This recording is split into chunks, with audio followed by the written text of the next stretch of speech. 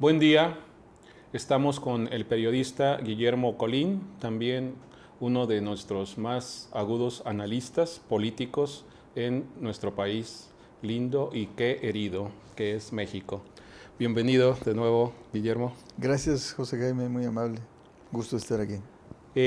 Yo quiero platicar contigo algunas de las cosas que están sucediendo a nivel nacional, que creo que hay una polarización de nuevo en el país, con el asunto de la Comisión Nacional de Derechos Humanos y la llegada, el arribo de Rosario Piedra Ibarra, eh, un arribo accidentado.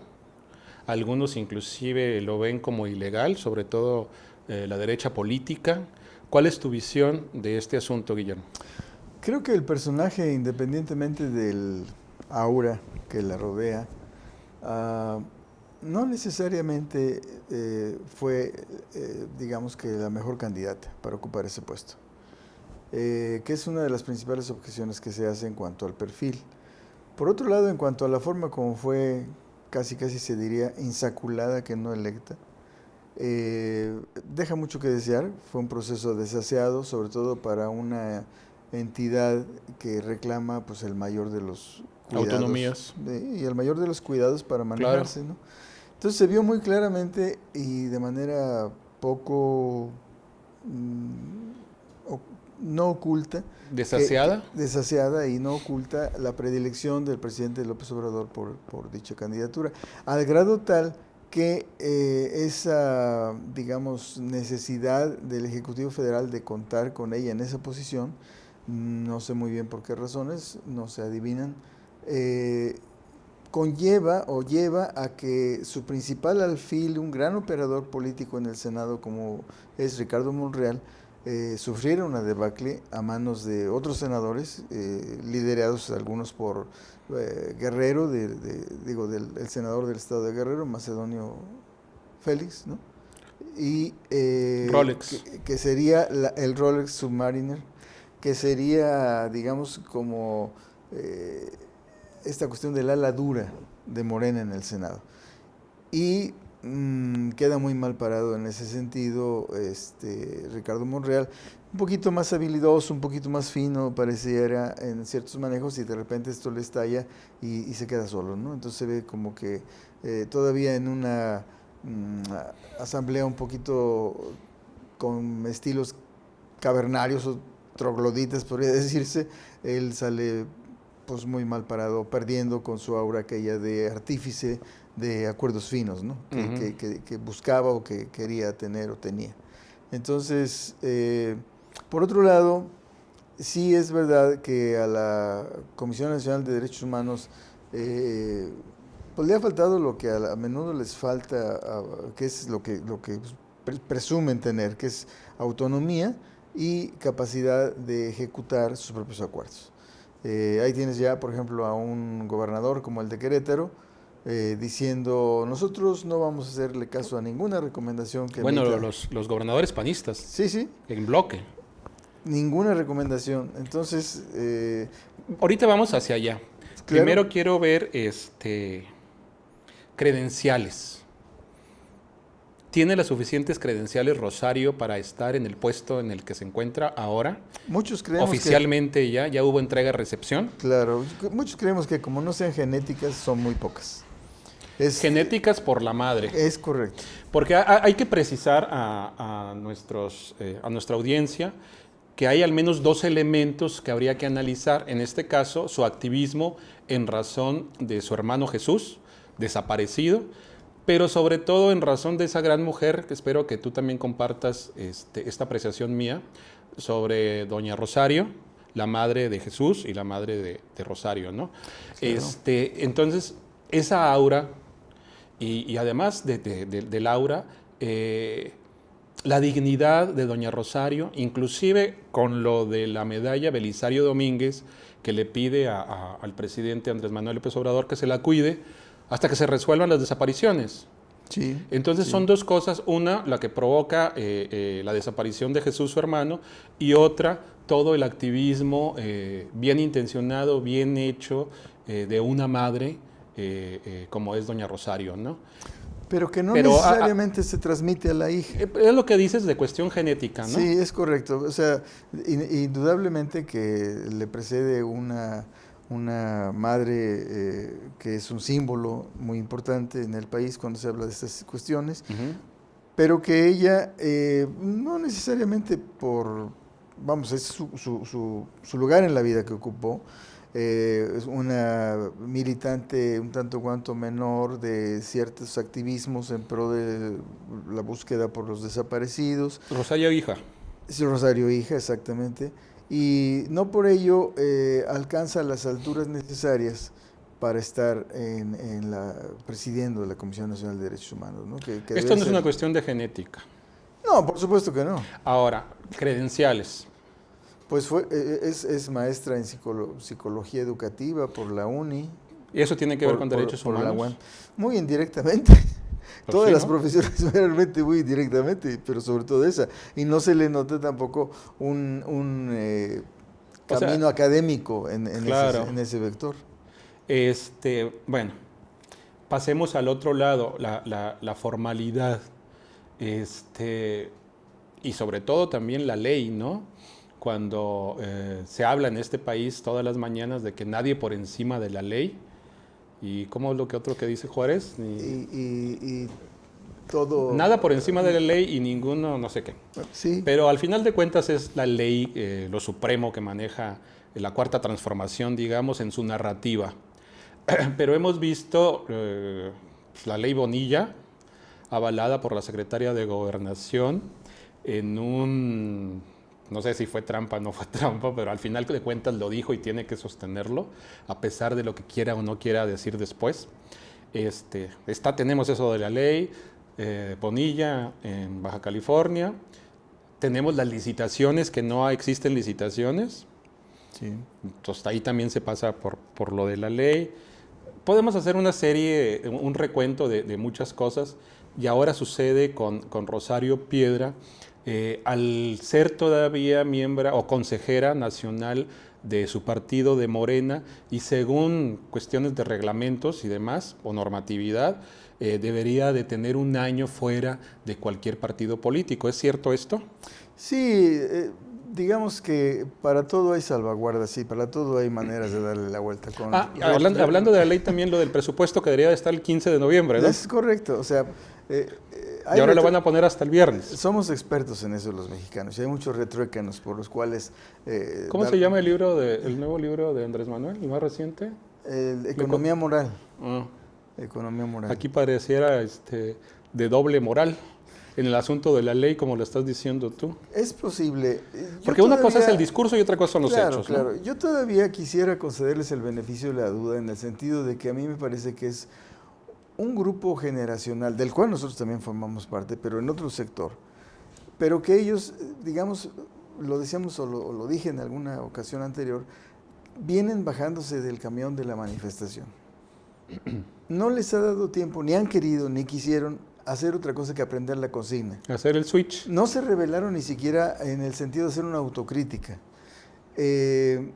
Prácticamente fuera del marxismo de manual no han leído otra cosa, no han visitado otros países, no han, digamos, abrevado en las mieles de la cultura, pues, ¿no? Entonces,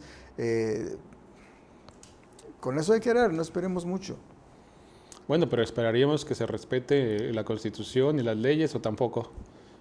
Sí, desde luego. Aquí lo único que habría que decir es que para ellos quizás digan qué tanto es tantito, ¿no? Pero entre tantito y tantito ya se vuelve muchito, volvemos ¿no? al problema, que entonces la ley no es de observancia estricta y tajante, ¿no? Ajá. Y eso ya Y la entonces vuelve chiclosa. hay una doble moral entre el discurso y los hechos, ¿no? Totalmente de acuerdo, sí. ¿Qué crees que vaya a pasar? ¿Cuál es la perspectiva que tú ves ahora que varios gobernadores panistas dicen, inclusive alcaldes del PAN, que no van a atender las recomendaciones, que al final de cuentas son recomendaciones, de la Comisión Nacional de Derechos Humanos, mientras exista como titular Rosario Piedra Ibarra?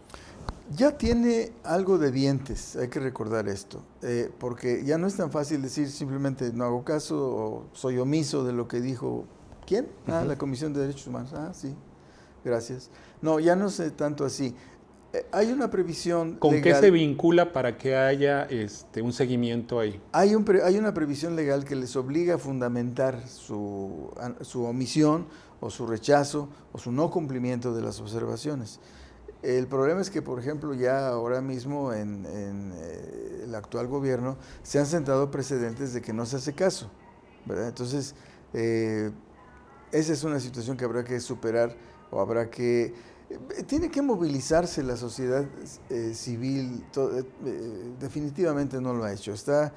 Tuvo un primer momento de regocijo, de gusto o quizás de cierto, pues espero a ver, y ahora está como atascada, como sin que se le vea propiamente, ¿no?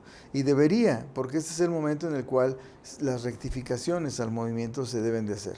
O de lo contrario... Falta esa necesaria autocrítica que tú mencionas hace rato, ¿verdad? Muchísimo, porque si tú te fijas lo que hay en redes sociales, y si estas son un síntoma de algo, espanta, asusta lo que está sucediendo. La sociedad misma se está prejuiciando y se está perjudicando en sus posibilidades de una lucha, un avance democrático, solidario, más acorde, más congruente con lo que siempre se esperó, ¿no? Lo que se dijo, que son palabras muy sencillas: cero corrupción, cero impunidad, en fin, las causas, ¿no? Pero vuelvo, o sea, la corrupción no ha cejado en el país, sigue existiendo la corrupción, a pesar de que desde la pirámide un Tlatoani nos quiera decir que ya no existe. Bueno, lo que pasa con esas proclamas, y yo acabo de decirla, deben de tomarse también con pasárselo a un tamiz, ¿no? Sí, porque en la medida en la que son problemas sociales mostrencos, no son mensurables. No tenemos nosotros por acá el control remoto, el aparatito que nos diga sí, ya fue o no fue. La intención en general cuenta, y de ella sí hemos sido testigos, quizá de manera muy deficiente, en algunos casos deplorable, la lucha contra la corrupción, pero sí ha existido, sí se ve, se percibe, no acatados por todos, por supuesto que no, de muchos de Morena misma que incurren en ello también, pero sí hay... Se habla de dos superdelegados ahora que están ahí en la mira de la unidad de inteligencia financiera preside, cuyo titular es Santiago Nieto, ¿no? Ahí el problema es que no hay la suficiente inteligencia como para conducir el debate por donde debiera ser, ¿no? Es decir, ¿inteligencia de dónde debe de venir? De la sociedad. Yo quisiera que abundaras un poquito de eso, porque mencionaste sociedad civil. ¿Cómo concebir la sociedad civil, Guillermo, en la cuarta transformación o en la narrativa o en lo que nos quieren imponer como cuarta transformación? No tiene lugar, formalmente y oficialmente y declarativamente no tiene lugar. Entonces lo que hay que hacer es no esperar a que te lo den, búscalo, encuéntralo, lo estamos haciendo aquí. Y en cada uno de las minúsculas individualidades de la gente preocupada por el país, pues debería hacerlo. Pero no caer en que mi participación se agota en las redes sociales. Las redes sociales deberíamos dejarlas, están viciadas, por el momento no sirven para nada. Es una lucha de lo más insana. Cualquier cosa sirve para decir tonterías. ¿Es una despresurización psicológica o algo así para atender un poquito la carrera de Rosario Piedra? Quizá, no lo sé, pero la verdad, si es Evo, ¿por qué Evo? Y a ver, ahorita entramos con lo de Evo.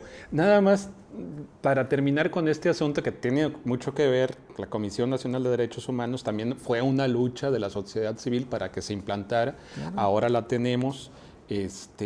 Creo que, como han dicho muchos en la comentocracia, tiene muchas piedra para ejercer ahora su función. De hecho, muchos periodistas, hablando de comentocracia, se sintieron mal aludidos cuando dice, pues, ¿cuáles muertos periodistas, no? Que le preguntaron de este sexenio. Pero, en fin, yo quisiera pasar de eso a lo de Javier Sicilia, con Andrés Manuel López Obrador, que este poeta lo sufrió en carne propia, el asunto de la violencia y de la inseguridad de nuestro país, Y ahora, como presidente, Andrés Manuel López Obrador dice que le da flojera recibirlo. Casi como diciendo lo otro de ninguneo a lo que ha hecho este hombre, este poeta y activista también. Me da flojera. O sea, como fuchi guacala. Claro. ¿Cómo ves esto? Mira, A pesar de que él quiere proporciona abrazos y el otro quiere dar besos. es que es una figura controvertida y yo no estaría tan seguro de que, digamos, su participación vaya a propiciar algún sentido de cohesión entre los mexicanos. Igual que Levarón, igual que Gilberto Lozano, por algo los tres están formando un eje, una alianza, que yo sí le tengo ahí algo de temor, de duda de que ¿En va qué a suceder. fundamentas es tu temor? Pues mira, para empezar, son tres personajes que ya tienen, mal que bien, un lugar social ganado, con cierto reconocimiento. Prensa. Televisión, radio, en fin, los medios, ¿no? Tienen una personalidad mediática, una presencia mediática. Que y cada uno tiene desplantes, ¿verdad? Que en un momento dado pueden prender chispas. Por ejemplo, tienes el caso de Lozano, que fue a pedir, yo creo que es el primer personaje o fulano en la historia de la humanidad que va y pide que le sellen un oficio para declarar un golpe de Estado, ¿no? Secretaría de Defensa, por favor, sélleme aquí porque quiero que declare un... ¿Hasta dónde son legítimas Esas sus locuras causas y hasta dónde es protagonismo? son deschavetadas, francamente. Yo no les tengo mucha estimación porque realmente desvían de todo. Se tendrá todo el derecho a despotricar y estar con una amlofobia galopante, pero esas otras cosas son realmente, digamos, absurdos, ¿no? Entonces, ¿a ti te parece bien que el presidente le diga qué flojera? No, por el otro lado habría que también decir, que es algo que ya se ha dicho bastante, tiene una lengua suelta, pues, ¿no? Demasiado para el cargo, demasiado para la investidura. No te puede dar flojera hablar con un ciudadano por más en contra que estés de él. Entonces... ¿Cómo decían los griegos? Que no corra tu lengua más rápido que tu entendimiento. Sí, sí. Sí, y sucede verdad que a veces hace eso y en la tarde tienen que hacer una comunicación tipo social para enmendar los errores mañaneros. Sí, sí, es verdad. Y mira, es que todo esto casi hay que verlo. Yo a veces siento que los sucesos que ocurren y las cosas que estamos comentando nos pasan a través de un corredor que se estreche cada vez más y donde vemos pasar todas las imágenes y todas las nociones y los conceptos, y entonces tienes por un lado diciendo eso y por otro lado tienes el amago de una explosión en el Palacio Nacional, y por otro lado tienes la amenaza de la intervención de Estados Unidos y que Levarón va a hacer una caravana allá. Que dice que no, en realidad. Digo, hoy lo mencionó con Ciro Gómez Leiva, ¿no?, en la entrevista. Pero bueno, y en todo este corredor de imágenes, ¿cómo se inserta el asilo? Lo hablábamos hace ratito de Evo Morales, el renunciado presidente, claro. Que yo sí creo que fue un golpe de Estado militar. Por supuesto, por más que quieran aparentar lo contrario. No fue convencional. Ya cuando se meten los militares ya hay un golpe. No fue convencional, pero efectivamente que sí lo fue. Y ahora, ponerse... Pero mira, aquí en México, el fenómeno Evo Morales, quiero que lo abordes. Allí voy. Yo por eso no entiendo la polémica aquí en México de Evo Morales. Es un personaje que corrió por su vida, pidió asilo y se le otorgó. Fin de la historia. Oye, es que lo vi comiendo en un restaurante muy elegante. ¿Usted, señor presidente, estaría de acuerdo? ¿Le paga México eso? O sea, ya son realmente minucias. Pero esa es la conversación de redes sociales. Es lo que te digo, precisamente, que por eso cabría mucho ya despresurizarlas, decir, ¿saben qué? Ya se llegó al límite máximo. Si no le paramos, lo que pasa es que vamos a estar entonces sí igual que aquellos países donde estamos viendo violencias inauditas. Mal que bien, con todo y PRIAN, y no por ellos, por supuesto, pero por nosotros mismos, nos dimos entre 40 y 50 años de paz social. que se está perdiendo así.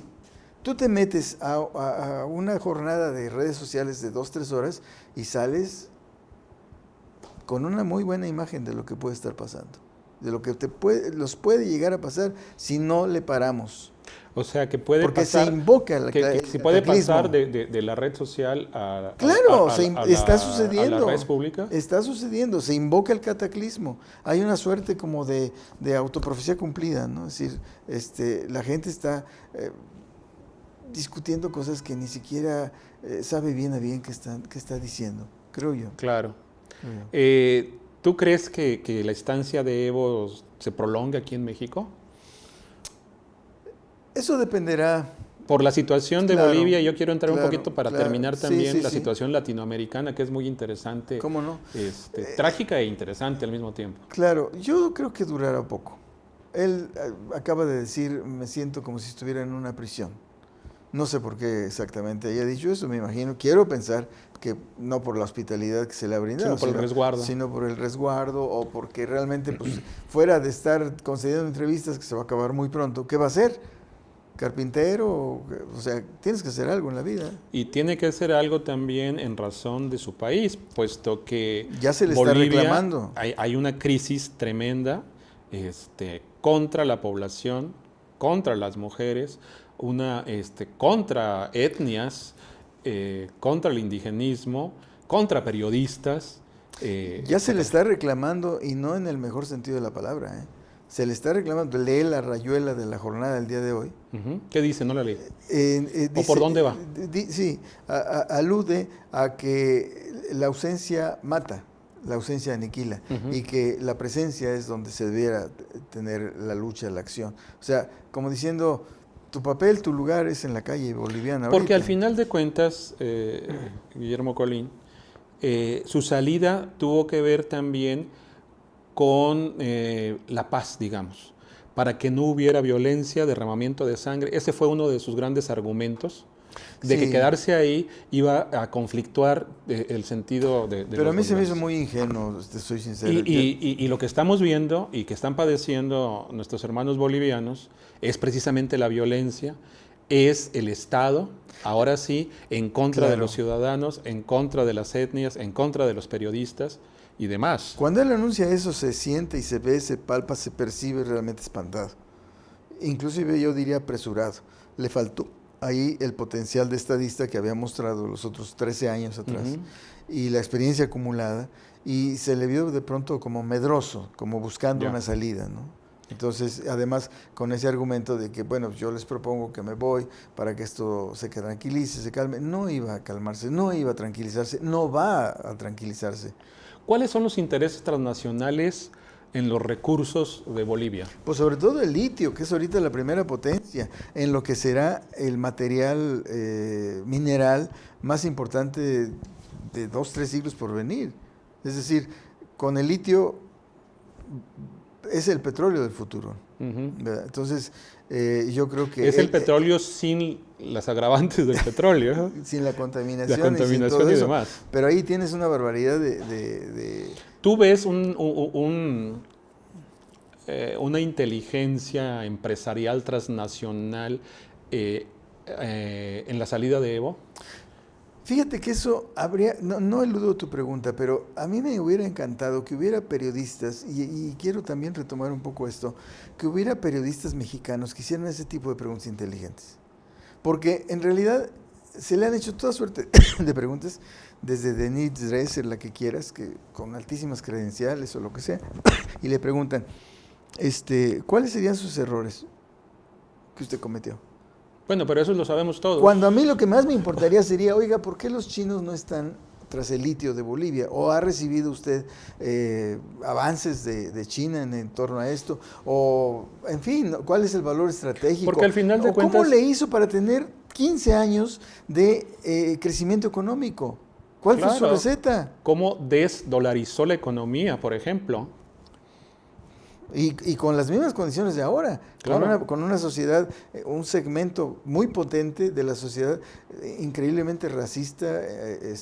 Pues lo vemos ahora con la presidenta supuesta presidenta, ¿no? Sí. Entonces, por ejemplo, eso es muy importante y por eso quería abordarlo lo del litio, porque al final de cuentas, cuando se derroca a alguien, no es nada más por una cuestión política, ¿no? No, por supuesto. Básicamente, todas las guerras son económicas, y ahí es una cosa que hay que destacar, porque inclusive, no me lo tomes como verás, pero ya se hablaba de carros No, de hecho bolivianos, lo hicieron. bolivianos con litio.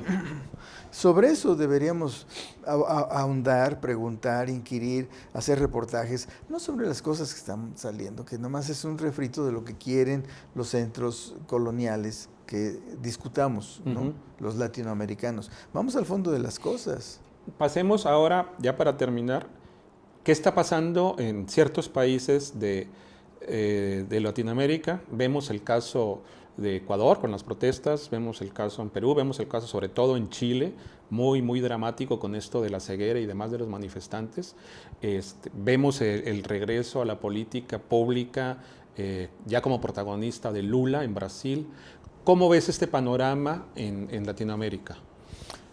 Todavía muy impredecible, así como ha sido. Pero se está moviendo. Sí, se está moviendo. Inclusive en Argentina con el peronismo. Claro, claro, pero así como su irrupción fue inesperada, no sabemos bien a bien cuáles van a ser los parámetros que le van a conducir este innegable descontento y la explosión que no se supo, como todas las explosiones sociales, de dónde venía, o dónde estaba acumulada, o dónde estaba guardada, pero ciertamente estaba, y ahí está ahorita presente en la calle, con la gente que sale a protestar, que sale a reclamar,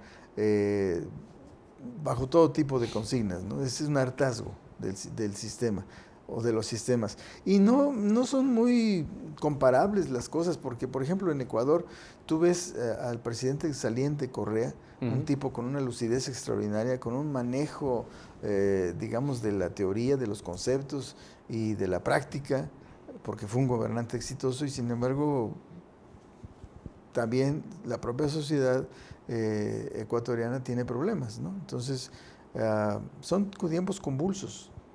No hay ahorita por el momento otra palabra, otra expresión. Son tiempos convulsos y habrá que esperar qué viene de ellos o por cuánto tiempo. Pero no se van a ir, eso sí. No van a dejar de estar, ¿no? Mucho tiene que ver, como dice el autor francés de moda Piketty, con la desigualdad, ¿no? Lo menciona, no he leído el libro de Andrés Manuel, acaba de salir hoy a librerías, según esto, después de su gran anuncio, no sé si legal o ilegal, como promoción, bueno, al menos si va para una fundación, las regalías, qué bueno, ¿no? Claro. Pero sigue siendo la economía el tema principal, la desigualdad y demás, de lo que hemos llamado neoliberalismo, de lo que hemos llamado transformaciones, etcétera, y las sociedades no están exentas, como decías tú hace un momento, de criticar y salir a la calle e impugnar, ¿no? Sí, sí, sí. Sí, tiene que darse, digamos, un momento yo sugiero, de respiro, de ver la perspectiva de las situaciones. A un año de que López Obrador llegó al poder, requerimos como que tomar justa distancia de los hechos y ver para dónde vamos a ir o qué vamos a No empujar. nos preocupemos. Yo tengo otros datos. La gente es feliz, feliz, feliz. Es correcto. Gracias, Oye, Guillermo. al contrario, muy amable. Mucho gusto. Y gracias a ustedes por soportarnos casi siempre. Hasta luego.